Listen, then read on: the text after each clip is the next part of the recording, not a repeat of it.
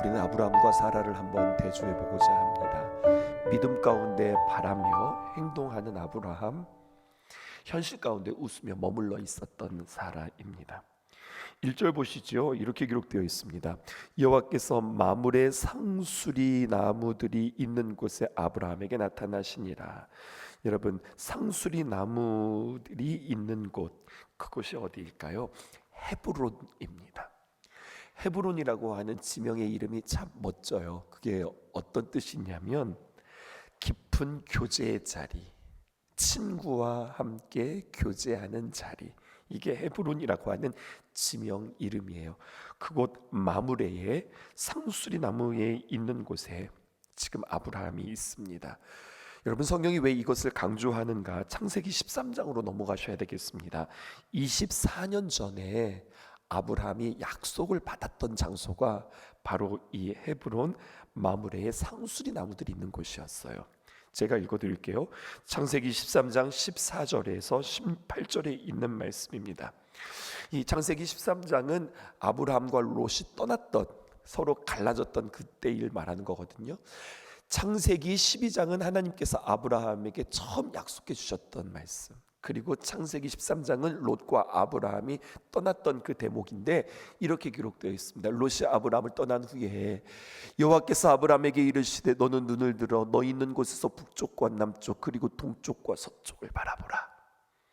아브라함이 마음이 이렇게 서운하고 그리고 정말 아들을 잃은 것 같은 그런 마음에 상처가 있는 거잖아요. 그 마음을 하나님께서 헤아려 주시는 겁니다. 그러면서 15절입니다. 보이는 땅을 내가 너와 네 자손에게 주리니 영원히 이르리라. 16절 내가 내 자손의 땅이 티끌 같게 하리니 사람이 땅의 티끌을 능히 셀 수 있을진데 내 자손도 세리라. 17절 너는 일어나 그 땅을 종과 횡으로 두루 다녀보라. 내가 그것을 내게 주리라. 근데 이때 아브라함이 참 근사해요. 너는 일어나서 그 땅을 종과 횡으로 가로와 세로로 두루 다니면서 네가 밟는 모든 땅을 내가 내게 주리라. 이렇게 이야기했거든요. 근데 아브라함이 그럼 그 다음 날부터 두루두루 다니면서 막 말뚝 박아가면서 이만큼 하나님 내 땅 주세요, 그렇게 선택하지 않아요. 그가 어떻게 선택하느냐? 근사한 선택이 그에게 있었는데요. 이에 아브라함이 장막을 옮겨 헤브론에 있는 마므레 상수리 수풀에 이르러 거주하며 거기서 여호와를 위하여 제단을 쌓았더라. 하나님이 이 모습이 참 좋으셨어요. 예, 아브라함 서운하지? 북쪽과 남쪽 동쪽과 서쪽을 다니면서 네가 다니는 모든 땅 내가 너에게 주마. 그랬더니 아니 하나님, 그 땅이 필요한 게 아니에요.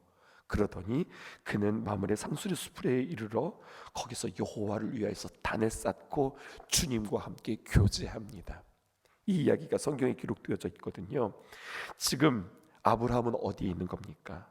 땅과 또 자손을 주겠다고 약속받았던 장소, 뿐만 아니라 하나님과 교제했던 그 장소에서 여전히 지금 아브라함은 뭐 하고 있는 거예요? 그곳에서 머물러 하나님의 약속을 기다리고 있어요. 여러분, 하나님과 내가 약속받았던 그 자리는 어디일까요? 지금 여러분들이 앉고 있는 이 자리가 하나님으로부터 내가 말씀을 받고 하나님으로부터 약속을 받고 또 내가 하나님 앞에 아뢰었던 그 자리 아니세요? 이 자리를 지키심으로 말미암아 하나님의 놀라운 역사가 이루어지는 그날까지 여러분들 이 자리를 놓치지 않기를 주님의 이름으로 축복합니다. 그런데 그때를 설명하고 있어요. 날이 뜨거울 때에 그가 장막문에 앉아 있다가 이렇게 표현합니다. 팔레스타인의 한낮 뜨거운 때는요 도무지 행동할 수 없어서 쉬고 있는 그때입니다. 2절부터 4절 읽어볼게요. 눈을 들어본즉 사람 셋이 맞은편에 서 있는지라 그가 그들을 보자 곧 장막문에서 달려나가 영접하여 몸을 땅에 굽혀 이르되 내 주여 내가 주께 은혜를 입었사오면 원하건대 총을 떠나 지나가지 마옵시고 물을 조금 가져오게 하사 당신들의 발을 씻으시고 나무 아래에서 쉬소서. 이렇게 이야기하거든요. 여러분, 하나님은 어떤 하나님이신가? 이거 잘 해석해 보셔야 됩니다. 어떤 하나님이신가? 그들의 문화를 통하여서 임하시는 하나님이시다. 하나님은 어떤 하나님이신가?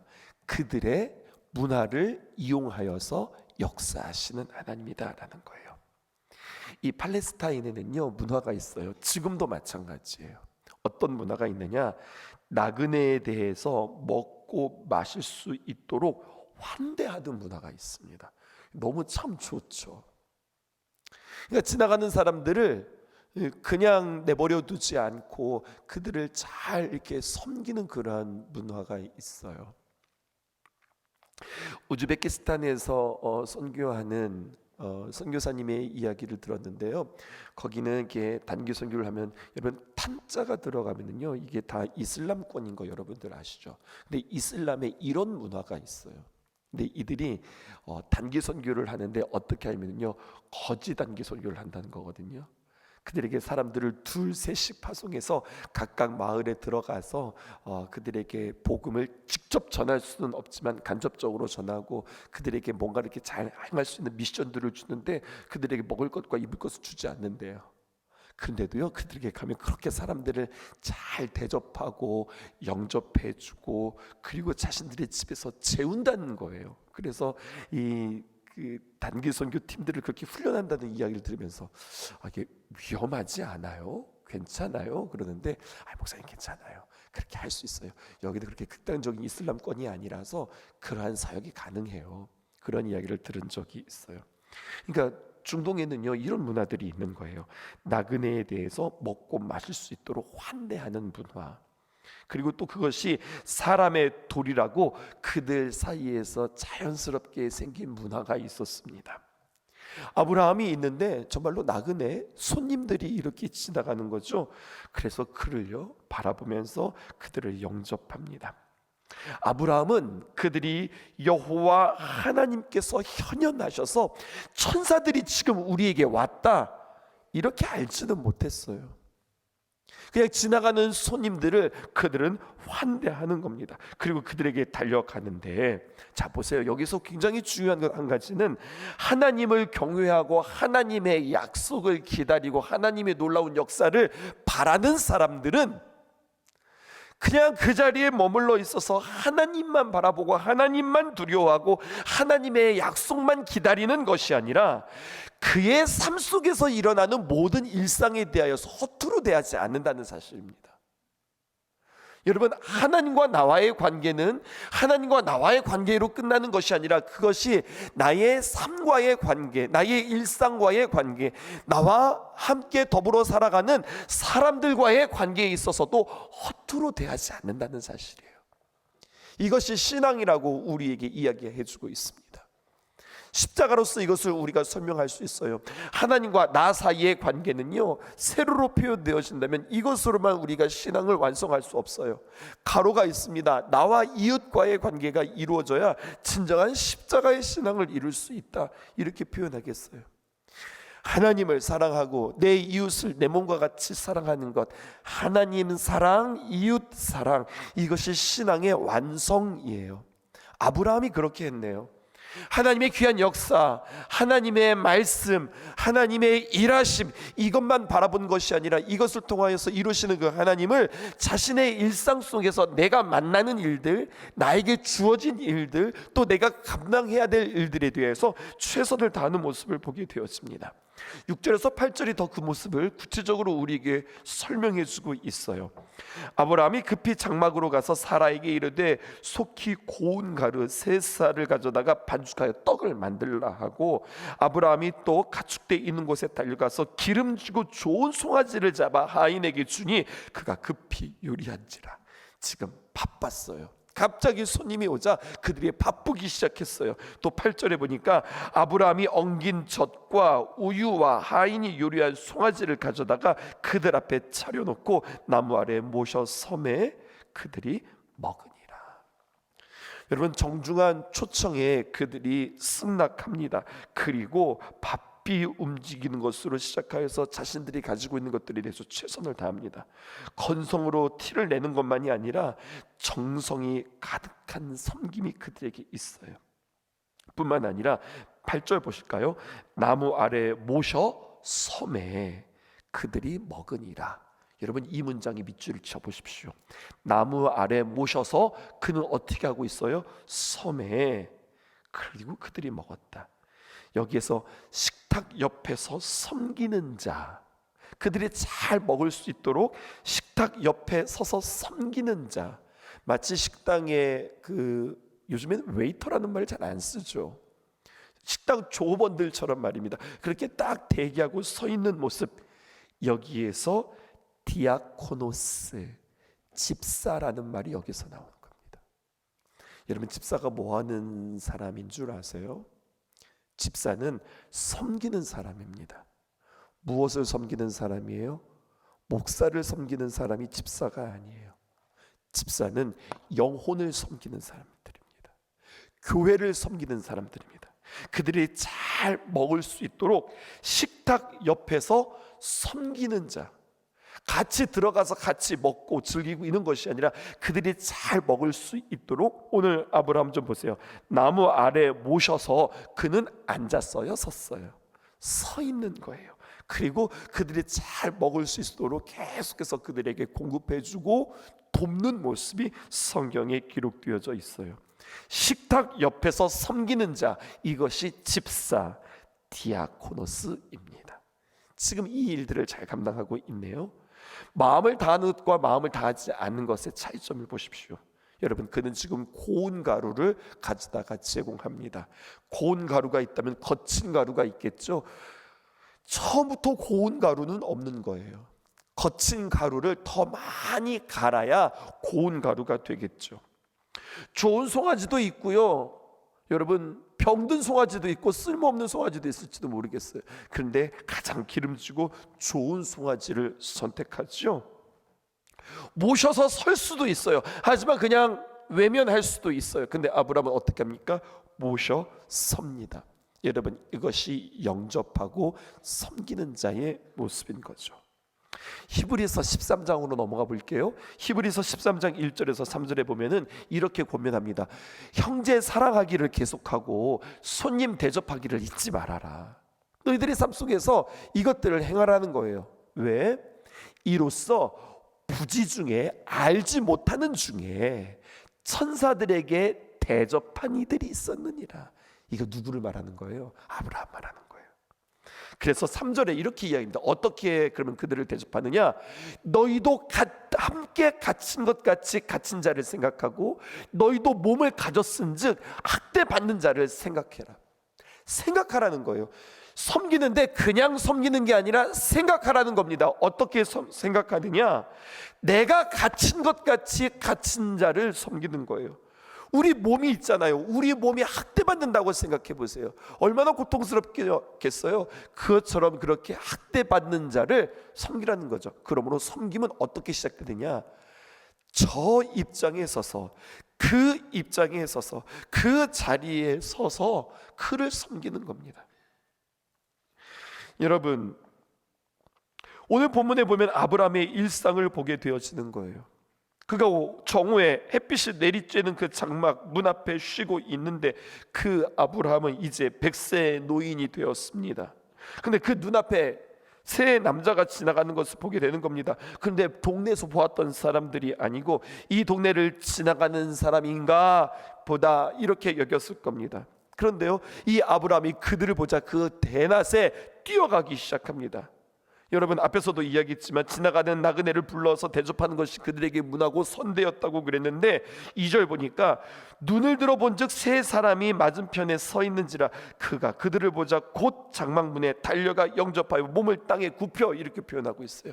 세 가지 주목해 보세요. 곧, 즉시로, 지체하지 않고, 여러분 본능처럼 움직이는 겁니다. 그리고 달려갔습니다. 여러분, 달려가는 것은요, 마음 먹지 않으면 하기 힘든 행동이에요. 달려갔다. 노인의 모습으로서 그가 달려가는 모습을 보게 됩니다. 그리고 세 번째 어떻게 합니까? 영접하여 몸을 땅에 굽히는 겸손한 모습이 그에게 있는 거예요. 여러분, 이것이 바로 복받는 자의 모습입니다. 하나님의 놀라운 역사를 이루는 자의 삶의 태도가 바로 이런 겁니다. 곧 달려가 몸을 땅에 굽혀 겸손히 즉시로, 그리고 그가 온 마음을 다해서 섬기는 모습입니다. 그러면서 3절에서 5절입니다. 이르되 내 주여 내가 주께 은혜를 입었사오면 원하건대 종을 떠나가지 마옵시고 물을 조금 가져다가 당신들의 발을 씻으시고 나무 아래에 쉬소서. 내가 떡을 조금 가져오리니 당신들의 마음을 상쾌하게 하신 후에 지나가소서.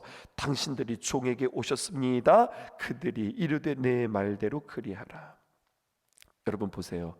우리가 누군가를 섬기고 그리고 도울 때는요, 내 방식대로 내 이름으로 내가 하고 싶은 대로 그렇게 하는 경우들이 훨씬 많아요. 여러분 돕는 것도요, 어떻게 돕느냐, 그냥 내 나름대로의 어떤 한계 여기까지라고 선을 정하는 경우들도 많아요. 근데 아브라함은요 어떻게 하는가? 내가 원하는 것이 아니라 그들의 필요를 너무나도 잘 헤아리는 안목이 있었어요.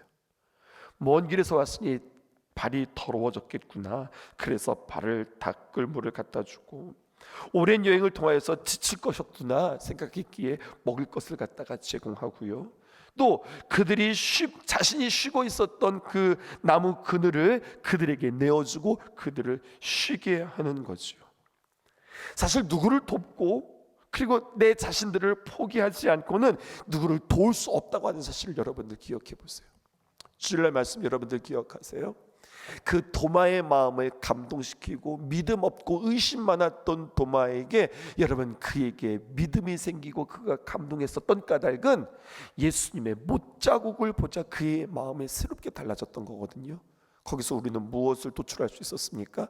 생명이 생명을 낳는 거예요. 다른 말로 표현하면 내가 포기하지 않고는 누구를 돕고 섬긴다는 것은 진정한 도움과 진정한 섬김이 아니라고 하는 사실이죠. 그러니 여러분 누구를 돕는다는 것은 우리의 인생에, 우리의 본성에 얼마나 거스르는 일입니까? 우리는 나 챙기기 원하고 내 것 가지기 원하고 내가 누리기 원하고 내가 즐겁기를 원하는데, 내가 복음을 만나자, 내가 그리스도의 귀한 진리를 만나자 내가 수고하고 내가 애쓰고 내 것을 내어주고 내 것을 손해보면서 그 누군가를 섬기는 일은 이미 본질상 진노의 자녀였던 우리들의 모습 가운데 그 본질이 바뀌는 역사가 우리에게 일어난다고 하는 사실입니다.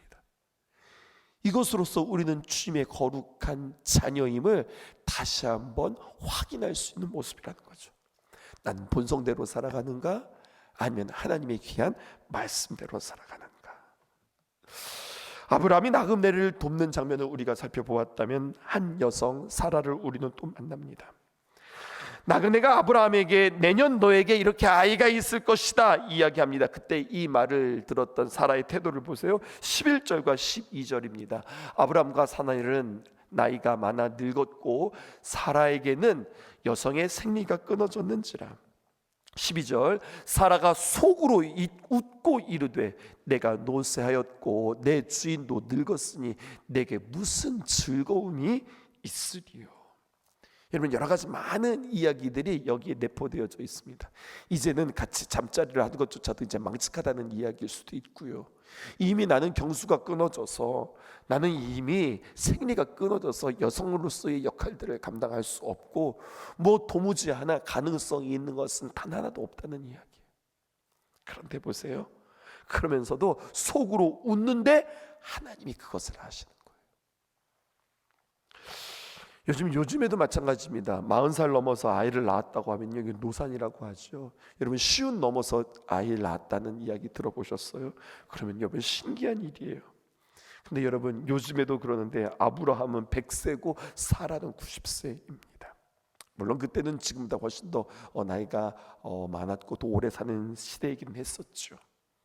근데 여러분 성경에 보면 이런 이야기들이 아브라함과 비단 사라 이야기뿐만이 아니에요. 성경에 보면 아브라함뿐만 아니라 사무엘의 어머니 한나와 같은 경우도 우리에게 볼 수 있고요. 하나님이 주시지 않으면 불가능했던 이야기가 성경에 기록되어 있습니다. 또 신약에 보면 세례 요한의 어머니 이사벨도 그랬고요. 아이를 가질 형편이 되지 못할 때에 하나님께서 귀하게 역사하심을 통하여서 기도하심으로 말미암아 하나님의 역사로 가질 수 없는 것들을 갖게 되어지는 이야기들이 성경에 기록되어져 있어요. 가장 기적은 무엇입니까? 여러분, 동정녀의 몸으로서 예수님을 잉태한 사건. 여러분, 이것은 너무나도 놀라웠고 이해할 수 없는, 우리의 상식으로는 받아들일 수 없는 이야기들 아니겠어요? 근데 여러분, 성경에는요, 이렇게 불가능한 이야기들을 가능케 하시는 이야기들로 우리에게 이야기하며요, 이것은 허무맹랑한 이야기가 아니라 구원의 신비를 우리에게 이야기해주고 있는 거예요. 그러므로 여러분은 신앙이란 뭘까요?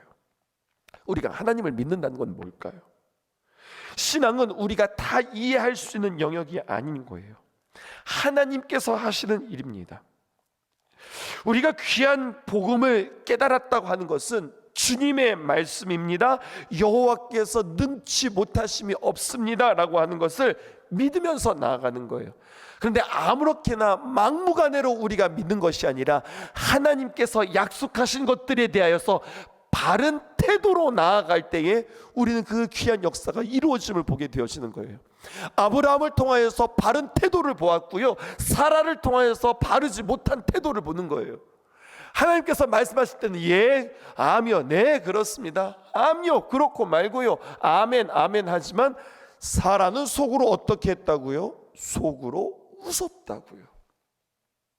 아브라함은요, 하나님께서 약속하신 그때를 기다리면서 여전히 그곳에서 하나님의 귀한 약속과 하나님의 귀한 성취를 바라보았던 아브라함의 태도를 통하여서, 여러분, 우리는 이 땅에 살아가면서 하나님의 약속에 대하여, 하나님의 말씀에 대하여서 우리는 어떻게 마음 가운데 받아들이고 이것을 우리의 삶 속에 어떻게 풀어내고 있는가? 이건 좀 어려울 것 같은데요, 이것은 불가능할 것 같은데요, 겉으로는 아멘이라고 이야기했지만 속으로는 글쎄 그게 될까? 이렇게 우리는 겉과 속이 다른 모습으로 주 앞에 나갈 수 있다고 하는 거죠. 내가 믿고 있느냐, 아니면 속으로 웃고 있느냐? 오늘 주님께서 우리에게 다시 한번 부르세요. 오늘 우리의 고백이, 주님, 나의 믿음 없음을 도와주시고, 주님께서 하시면 능치 못할 일이 없습니다. 혹여나 나 스스로 지쳐서 나 스스로 내가 먼저 포기한 것은 없지 않는지, 사라에게 행하셨던 그 기적의 일들이, 그 기적의 능력이 우리에게도 나타나기를 소원한다고 주 앞에 기도하기 원하시고요, 아브라함의 그 태도, 그 마음, 하나님께서 기뻐하시는 자의 모습이 무엇인지 우리의 삶 속에 구체적으로 섬기는 삶으로서 이 모습들을 나타내는 저와 여러분들 되어지기를 주님의 이름으로 축복합니다. 기도하겠습니다.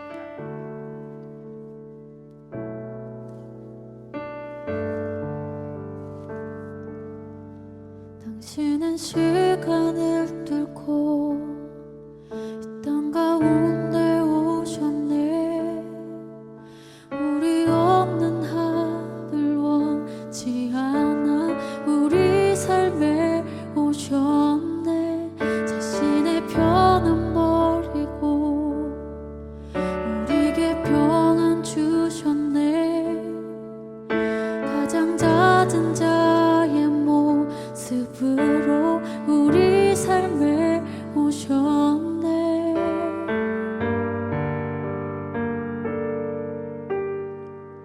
하나님 우리와 영원히 함께 하시네.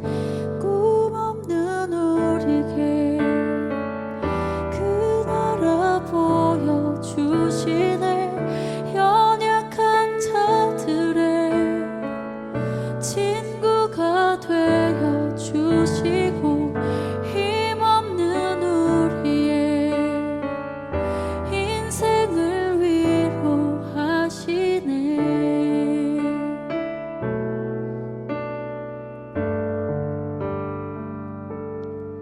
당신은 시간을 뚫고 이 땅 가운데 오셨네. 우리 없는 하늘 원치 않아 우리 삶에 오셨네. 자신의 편안 버리고 우리에게 평안 주셨네. 가장 낮은 자의 모습으로 우리 삶에 오셨네.